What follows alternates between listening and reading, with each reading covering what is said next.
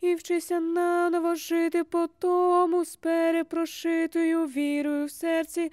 Ти головне повертайся, додавши чистого зла. Je m'appelle Maxime, j'ai 18 ans. Je suis ukrainien et je viens d'Irpin, la banlieue nord-ouest de Kiev. Là, ça y est. Là, on est rentré dans la guerre. Vraiment. On ne peut pas faire autrement.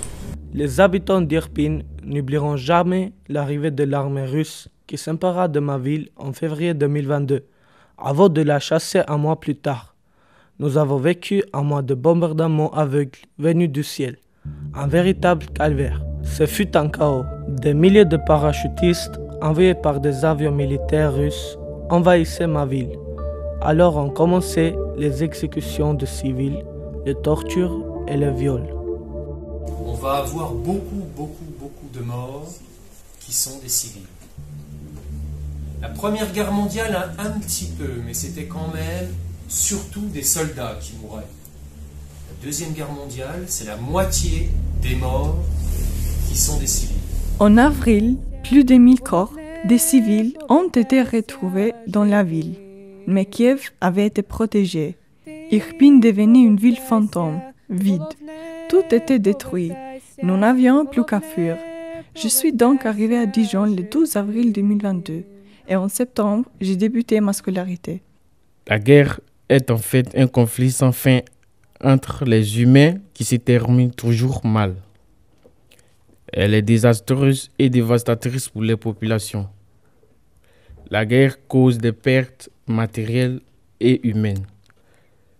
La guerre détruit les habitations, les routes, les ponts, les aéroports, les moyens de communication. Il n'y a souvent plus d'électricité ni d'eau. Elle détruit l'économie, provoque vol, corruption, complot, l'effondrement d'un pays entièrement. Au XXIe siècle, elle engendre encore la famine, la maladie, la destruction des ressources et des énergies. Il n'y a plus de loi, de société ni d'État. C'est la loi du plus fort qui règne en maître. C'est le déchaînement de la violence naturelle de l'homme.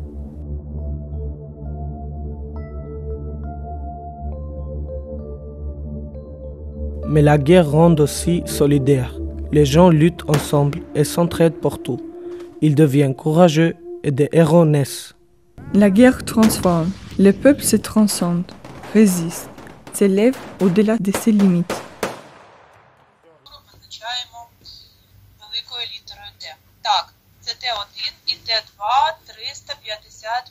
Le courage est la vertu que convoque la guerre, la capacité à se sacrifier. La guerre n'est pas une expérience qui se perd.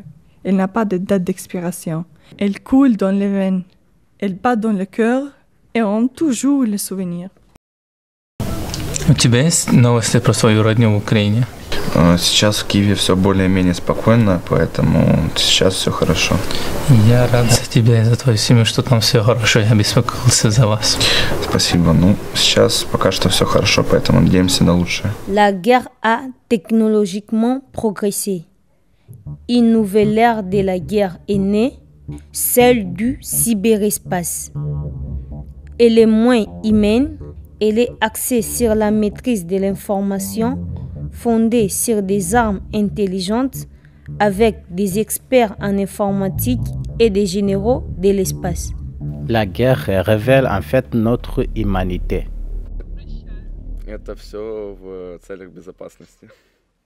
J'aimerais revoir ma sœur Anastasia rester en Ukraine. Ти головне повертайся живим. Je t'aime, ma frère. J'espère te voir bientôt. Ще знімай запелюжені беці і вчися наново жити по тому з перепрошитою вірою в серці. Ти головне повертайся, додавши чистого зла непрожований стогін, і відпускай цю ненависть назавше посеред мирної тиші густої. Ти повертайся, ти головне повертайся живим. Ти повертайся, ти головне повертайся, ти головне, повертайся живим. Ти повертайся, ти головне, повертайся, ти головне, повертайся живим.